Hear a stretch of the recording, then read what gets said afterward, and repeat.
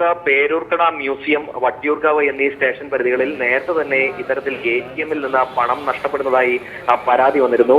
മൊബൈലിൽ ഇത്തരം സന്ദേശങ്ങൾ, പണം പിൻവലിച്ചതായുള്ള സന്ദേശങ്ങളായിരുന്നു പലർക്കും ലഭിച്ചിരുന്നത്. ഇതിന്റെ അടിസ്ഥാനത്തിൽ പോലീസ് കേസെടുത്ത് അന്വേഷണം നടത്തിയിരുന്നു. എന്നാൽ ഇന്ന് ഇത്തരമൊരു പരിശോധനയിൽ ഇത്തരമൊരു യന്ത്രം ആൽത്തറയിലുള്ള SBI ATM-ൽ കണ്ടെത്തുകയായിരുന്നു.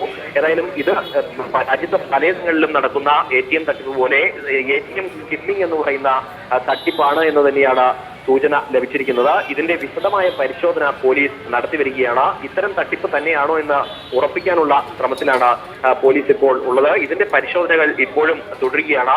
ഈ ATM-ൽ ഇത്തരം ഒരു യന്ത്രം കണ്ടെത്തിയ സാഹചര്യത്തിലാണ് മറ്റ് ATM-കളിലെല്ലാം തന്നെ പരിശോധന നടത്താൻ പോലീസിന് സിറ്റി പോലീസ് കമ്മീഷണർ നിർദ്ദേശം കൊടുത്തിരിക്കുന്നത്. ഏതായാലും SBI ATM-കളിലാണ് പ്രധാനമായും ഇത്തരം പരാതികൾ വന്നിരിക്കുന്നത്. അതേസമയം തന്നെ മറ്റ് ATM-കൾ കേന്ദ്രീകരിച്ചും പോലീസ് അന്വേഷണം നടത്തുന്നുണ്ട്.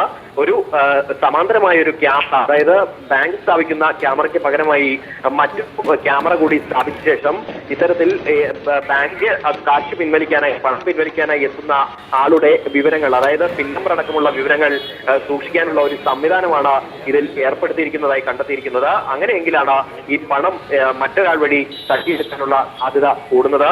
ഏതായാലും അക്കാര്യങ്ങളാണ് പോലീസ് പരിശോധിക്കുന്നത്. ATM സ്കിമ്മിംഗ് എന്ന തട്ടിപ്പ് തന്നെയാണോ ഇതെന്ന് ഉറപ്പുവരുത്താനുള്ള ശ്രമത്തിലാണ് പോലീസ് ഇപ്പോൾ ഉള്ളത്.